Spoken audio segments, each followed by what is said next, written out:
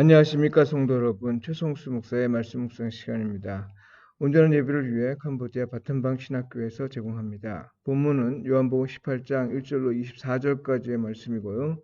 세상의 비난과 공격에 무엇으로 맞서겠습니까? 이 제목으로 말씀을 묵상하겠습니다. 그리스도인이 세상에서 살아가는 동안 때로는 세상에 맞설 수밖에 없는 상황을 만납니다. 더는 물러설 곳이 없다고 여겨질 때 벌어지는 일이죠. 비록 자주 겪는 일은 아니라도 전혀 없지는 않습니다. 특히 세상으로부터 까닭없이 공격과 비난을 받을 때 그렇습니다. 이럴 때는 교회가 그리스도인이 가만히 있는 것이 최선은 아니라는 생각이 들곤 합니다. 그래서 저항하고 때로는 말과 글을 통해 함께 공격하는데요. 여러분은 이럴 때 어떤 도구를 사용하십니까? 기독교 신학에는 변증이라는 분야가 있습니다. 세상의 공격에 적합하게 대처하면서 성경 속 하나님을 오늘날에도 여전히 말할 수 있는 근거를 제시하는 신학적 노력입니다. 대개는 과학과 철학과 종교의 공격을 염두에 두는데요. 이들과 맞서 기독교의 핵심 교리를 변증하는 작업입니다. 여기서 관건은 무조건 방어하거나 역공격하는 제스처를 보이는 것이 아니라 복음을 설득하는 겁니다. 왜냐하면 무조건 방어하거나 역공격하는 것으로는 자칫 복음의 핵심인 고난의 의미가 제 빛을 발하지 못하기 때문이죠. 세상의 비난과 공격은 때로는 하나님의 일에 순종한 사람이 당연히 겪는 일일 수도 있거든요. 오늘 본문에서 베드로는 천부장이 이끄는 군대와 유대 종교 지도자가 보낸 사람들의 위협적인 태도에 칼로 맞서려고 했습니다. 실제로 맞서 싸우면서 대제사장 종 말고의 귀를 베는 등 공격하는 태도를 보이기도 했습니다. 이에 예수님은 베드로의 행위를 저지하시면서 다음과 같이 말씀하셨습니다. 칼을 칼집에 꽂으라. 아버지께서 주신 잔을 내가 마시지 아니하겠느냐. 이 말은 하나님의 뜻이 이루어지는 삶을 회피할 수 없다는 거죠. 하나님의 뜻이 이루어지게 하는 과정에서 겪는 일은 비록 부당하더라도 무력으로도 막을 수 없다는 말입니다. 여러분, 이건 무엇을 의미합니까? 그리스도인이 세상과 맞설 때라고 여기신다면 무엇보다 먼저 그것이 하나님의 뜻이 이루어지게 하는 일인지 그렇지 않은지를 살펴보아야 합니다.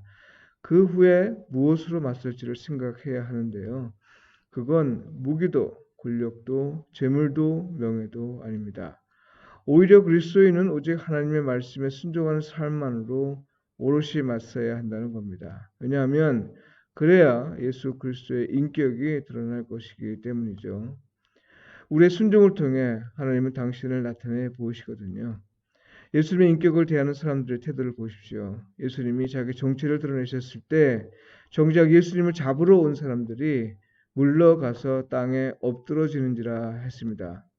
세상과 맞서 싸울 일이 없어야 하겠지만 공격해 오는 것까지 막을 수는 없습니다. 세상으로부터 공격이 있을 때 우리의 관건은 무조건적인 저항이나 역공이 아니라 끝까지 뜻이 이루어지기까지 끝까지 말씀에 순종하기 위해 애를 쓰는 겁니다.